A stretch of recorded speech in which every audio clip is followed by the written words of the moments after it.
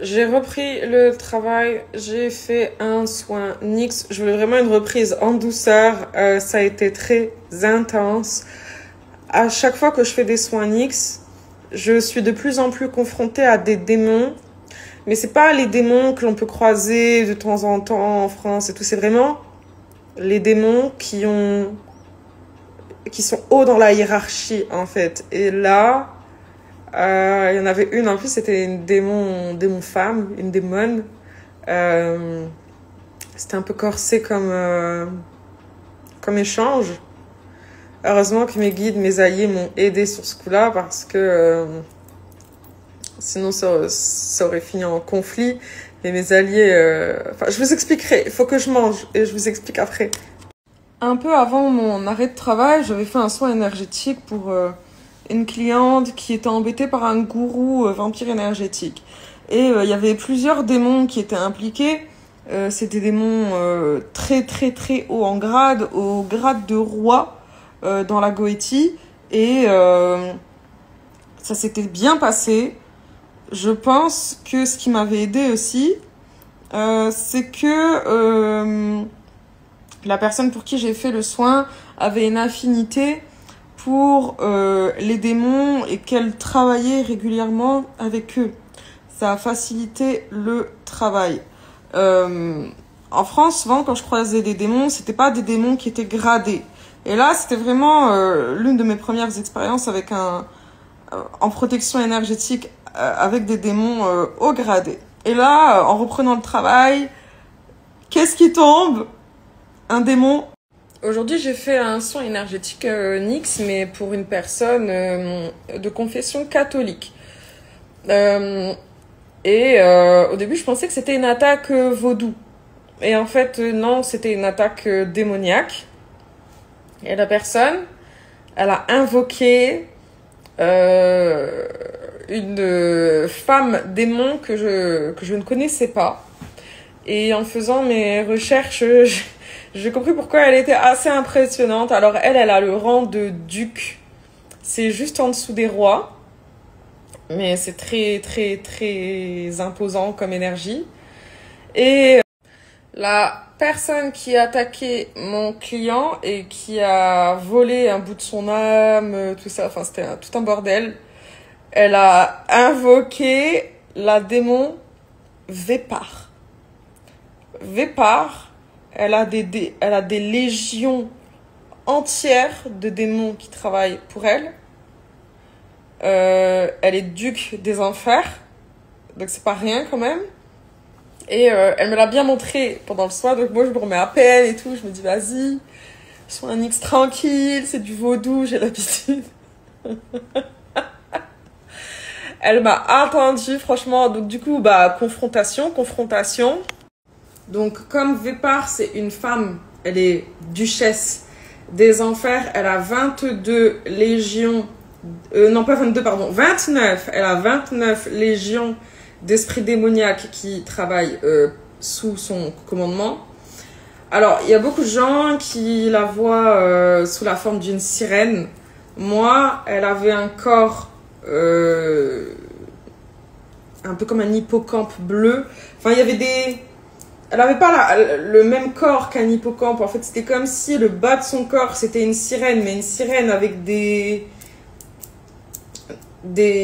comment dire, comme un hippocampe quoi, les mêmes traits qu'un hippocampe sur le bas du corps. Ses sourcils pareil, c'était comme un hippocampe, elle avait les yeux renfoncés, elle avait une couronne dorée et ce qui était frappant c'est qu'elle était lumineuse, genre sa couronne c'était d'un doré mais bling bling, son corps était bleu lumineux. Et pour comprendre un peu, c'est le genre d'esprit qui peut créer une mort très lente, qui peut favoriser de la pourriture, ce genre de choses. Donc c'est pas l'esprit qui rigole, même si à un moment je l'ai fait rire sans vouloir vraiment la faire rire. Je vous expliquerai après. Et je sais plus ce que je voulais dire avant. Et ses cornes, elles tombaient vers le bas en fait. C'était comme ça, comme sur la première photo que je vous ai mise, comme ça, clac, et ça tombait vers le bas. Et elle vivait dans les abysses. Et en fait, je suis arrivée vers elle en disant, bah voilà, comment on fait pour... qu'est-ce que tu veux en échange pour la libération de mon client? Parce que les démons, en fait, c'est des pactes, quoi, qu'ils veulent. C'est pas... Et, euh, et elle commence un peu à m'embêter, quoi. Et donc, je lui propose des trucs. Elle dit non, non, je veux pas ça, je veux pas ça. Et en gros, elle commence à se rapprocher de plus en plus de moi, à être de plus en plus agressive en disant, en fait, y a qu'une seule chose que je veux et c'est ton âme, en fait. Et donc, je dis, bah, c'est mort, en fait. T'auras pas mon âme, en fait. C'est hors de question. C'est pas l'échange de l'âme, du bout d'âme de mon client contre mon âme. Enfin, c'est pas la peine, quoi. Et, elle commence vraiment à s'énerver et à être de plus en plus agressive. Et là, je me dis, alors là, si c'est comme ça va finir en conflit, en catastrophe, en fight, en fait. Et je commence à dire à mes alliés, là, je n'ai pas d'issue. Qu'est-ce que je fais? En fait, je leur demande une guidance.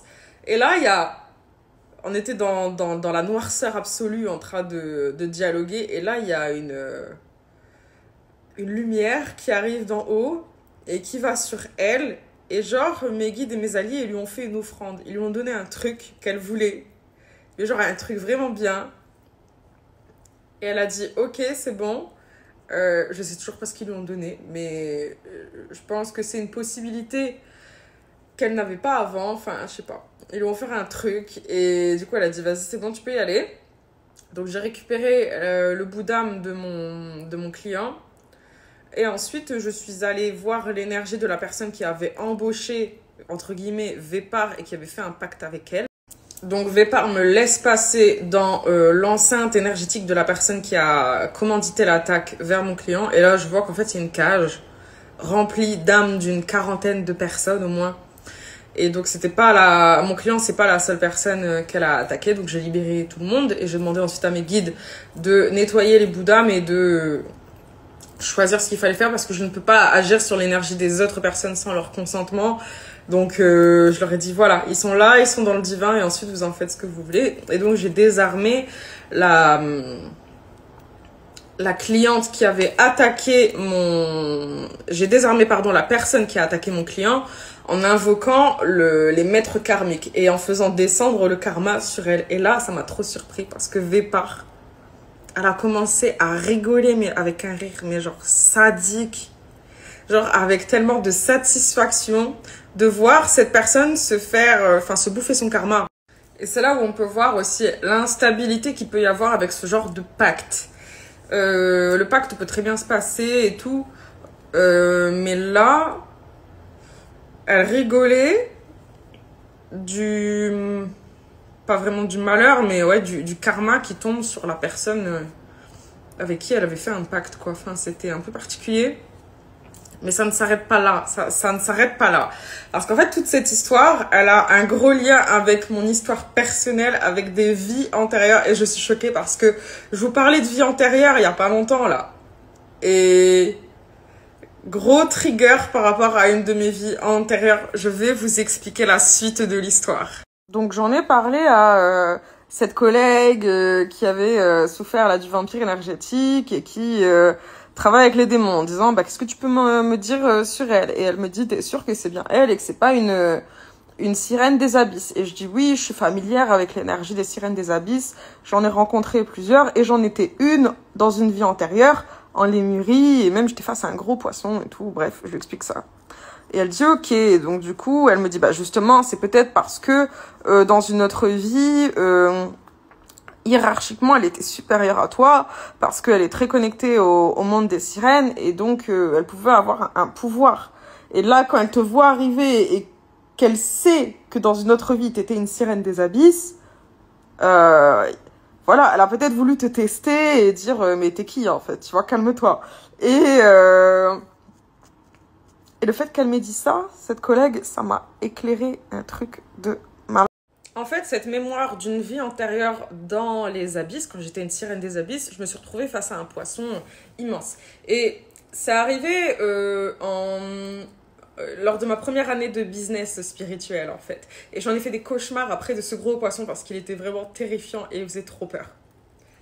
Et quand cette collègue m'a dit il y a peut-être un lien, bah oui, Parce qu'en fait, quand j'ai fait des recherches visuelles sur Vepar, j'ai vu cette image-là qui représente Vepar.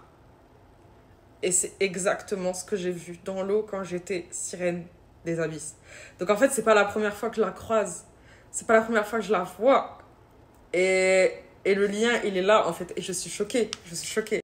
Pour vous donner un ordre de taille, quand on est sirène des abysses, on fait à peu près la taille d'un humain. Et le poisson, là, il était plus gros qu'une baleine. Donc, c'est pour ça que j'en ai fait des cauchemars à l'époque. C'était pas le noir ambiant, c'était vraiment le bazar, il est giant. Et il est là, le lien entre ça et ma vie passée. Ma collègue m'a conseillé de mettre une bougie pour la remercier et une offrande. Donc, j'ai mis une bouteille d'eau pour la remercier. Comme elle est reliée au monde des océans et à l'eau. Pour la remercier de m'avoir laissé faire ça parce que je sens que ça va pas s'arrêter là. Maintenant que le lien est éclairci, je redoute un peu, donc d'où l'importance de continuer mes enseignements, mes recherches sur la Goétie. Il faut que je me blinde encore.